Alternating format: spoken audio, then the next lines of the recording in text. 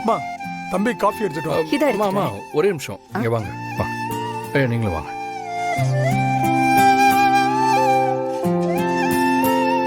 நாங்க என்ன தம்பி இது?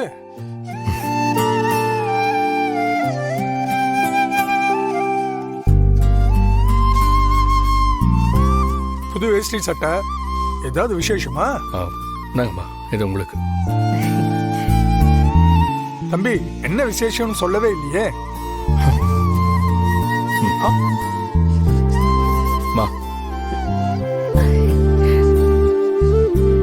விசேஷம்லாம் ஒன்றும் இல்லை தாத்தா. நான் நாளை கழிச்சு ஊருக்கு போறேன். அதான் உங்களுக்கு ஏதாவது கொடுக்கணும்னு தோணுச்சு. நல்லபடியா போயிட்டு வாங்க தம்பி. உங்க வாழ்க்கை இனிமே நீங்க நினைச்ச மாதிரியே சந்தோஷமா இருக்கட்டும். ஆமா தம்பி, உங்களை எங்களுக்கு யாருன்னு தெரியாது. நிஷாமாவோட ஃப்ரெண்டு, அவ்வளவுதான் எங்களுக்கு தெரியும். ஆனா உங்க குணத்துக்கும் உங்க நல்ல எண்ணத்துக்கும் நீங்க நிச்சயமா நல்லா இருப்பீங்கன்னு மனசார கடவுள்கிட்ட வேண்டிக்கிறோம்.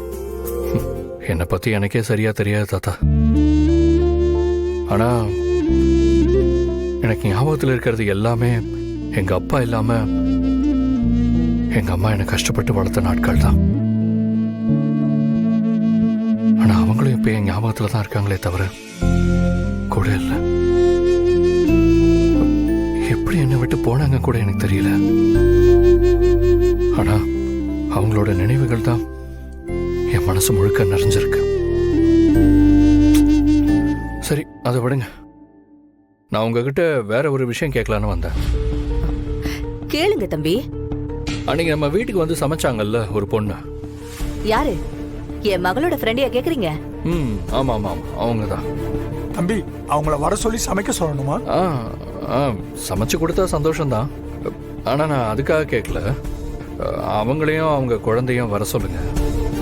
அவங்களுக்கும் நான் ட்ரெஸ் எடுத்து வச்சிருக்கேன்.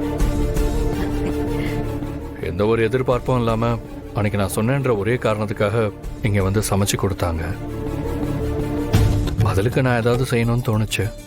அதான் அவங்களுக்கு ட்ரெஸ் எடுத்து வச்சிருக்கேன். அவங்கள கொஞ்சம் வர சொல்றீங்களா? கண்டிப்பா வர சொல்றேன் தம்பி. அவங்களுக்கு அவங்க ஹஸ்பண்ட் கூட ஏதோ பிரச்சனைன்னு சொல்லிட்டு இருந்தீங்கல்ல, அது என்ன ஏதுன்னு பேசி முடிக்க சொல்லுங்கம்மா.